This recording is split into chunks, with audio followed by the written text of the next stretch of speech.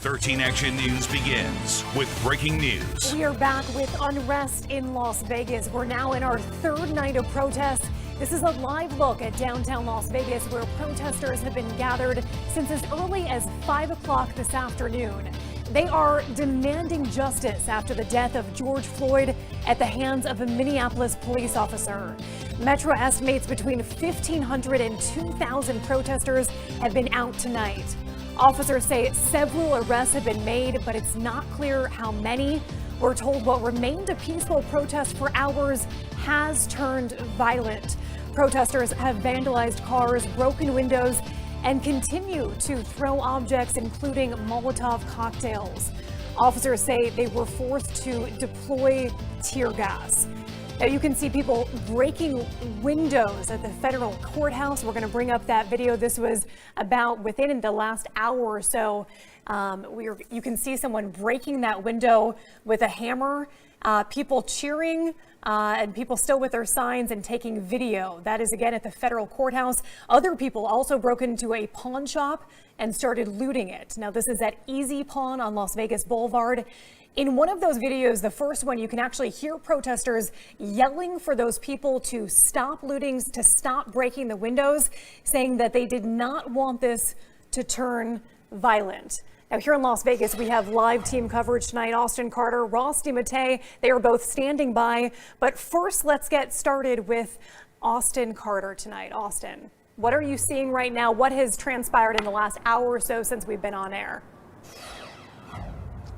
Yeah, well, Jackie, it seems probably right after we got off air, probably about an hour ago, we were more so in the area of Container Park, and we started hearing a lot of those flashbangs going off, and people really just dispersed that area. We then saw some of the SWAT team members, Metro Police, completely just taking over that area and moving their efforts to get people out of downtown, down Fremont Street.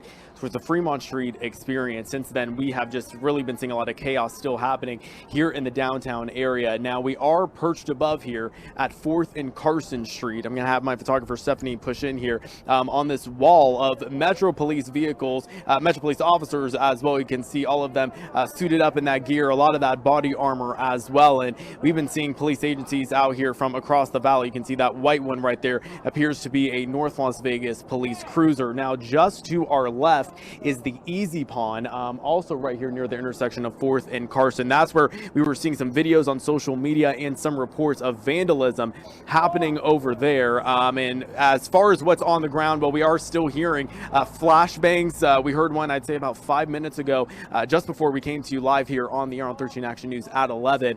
So we're seeing folks just still kind of walking through this area. But obviously police still taking this very seriously, treating this as such. Again, you're looking at these officers here patrolling, keeping these areas blocked off to people, as now we are seeing that reports of looting. You know, this did remain peaceful for the majority of the evening, and I think most of us were hoping and seeing that it was going peaceful, even all through as they were walking through the different areas of downtown, passing the courthouse, CCDC, then wrapping back to Container Park. That's when we really started to see things just take this violent turn. Kalina Strinos, myself, our photographers, and our extra crew that has been with us to make sure that we are all safe, definitely experiencing and seeing all of that firsthand, those water bottles being thrown here. But now it seems like Metro Police, they just want to try to make sure that they can get this as contained as possible as they can be. There are still some people here below us on some of the sidewalks here, possibly maybe heading home as well. So again,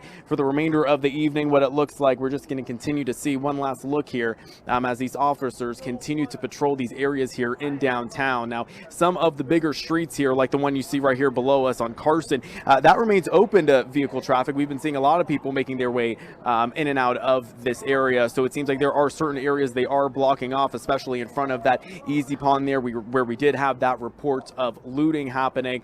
And so we're still hearing flashbangs off in the distance, not exactly sure what direction that's coming from. Things kind of were a blur for all of us after Metro Police started clearing out the area in front of Container Park. That's when we saw a lot of people, you know, running away teary-eyed, you know, possibly being hit by, you know, anything that the law enforcement agencies were using to get people to disperse disperse from these areas. So we're going to stay out here, kind of try to monitor this as we can, but police definitely holding and standing strong here tonight, trying to make sure there is no more violence out here in downtown Las Vegas. Jackie, back to you.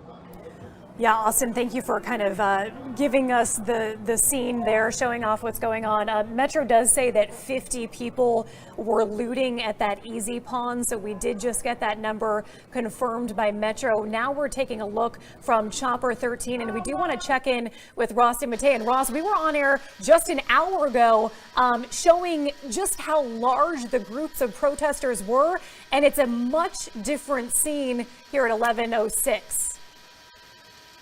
Yeah, Jackie, that has absolutely been the biggest difference since we went back to refuel for the second time now, and we're now up in the air over downtown Las Vegas for the third time tonight. And we spent a good 10-15 minutes looking for that large protesting presence and just weren't able to find it. The largest group that we've been able to find right now is the one you're looking at on your screen.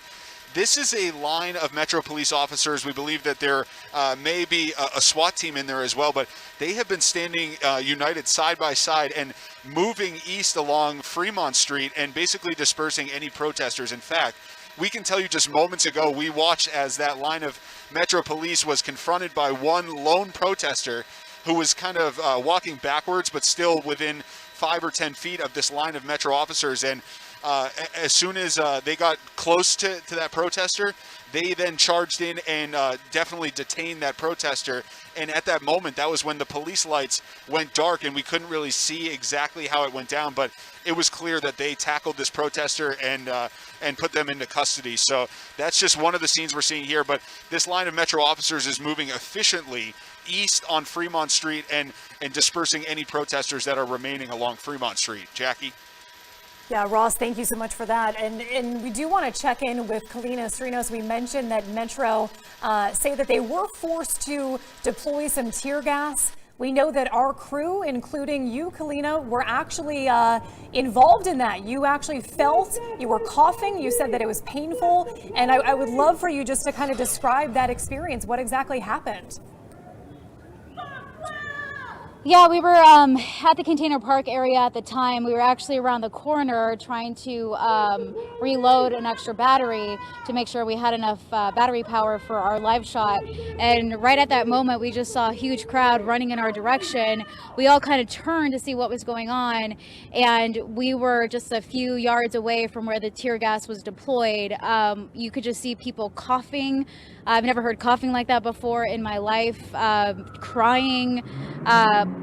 It was extremely painful, to say the least, but I wasn't close to the area at the time, so I didn't see why that the tear gas was dispersed in the way that it was. We just saw the aftermath of everything, everyone kind of running, just feeling extremely uncomfortable. We all ended up turning a corner, sitting down, getting some water, rinsing out our eyes, blowing our noses, and just trying to flush everything out as much as we could. And you could see other protesters helping each other in the same exact way. We moved our location, though. There was actually another tear gas incident over on Bridger.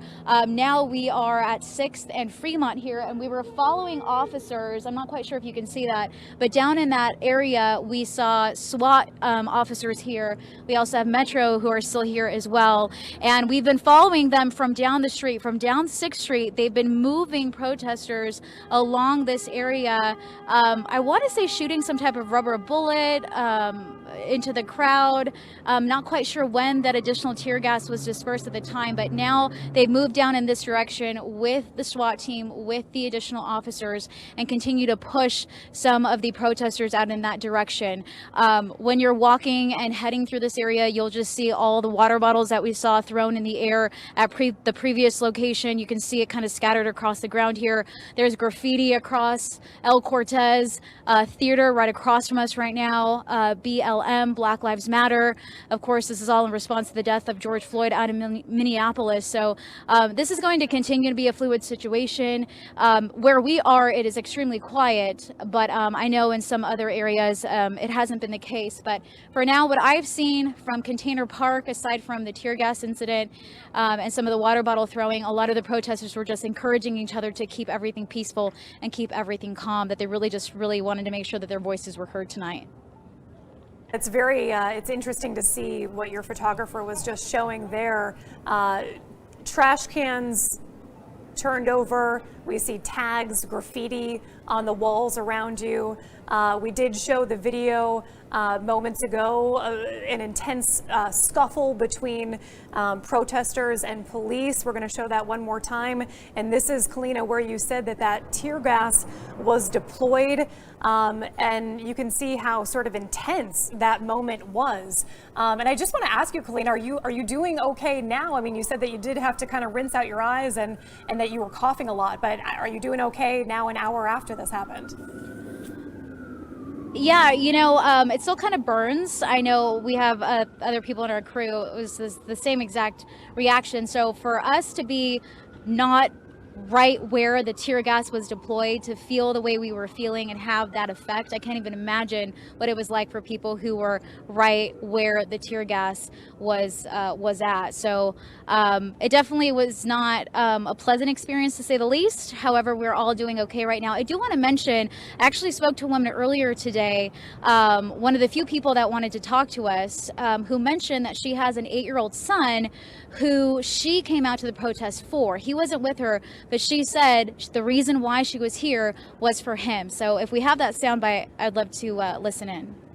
It's really hard to try and explain to an 8-year-old where they can really understand in layman terms, but I tried to explain, that all cops aren't bad, because I don't want my son to fear police, because situations like this, but I just reassure him if he does, stay away from stuff that, it's kind of hard, to tell a child to stay away from certain things, because a child is a child, and, hopefully he'll get through this.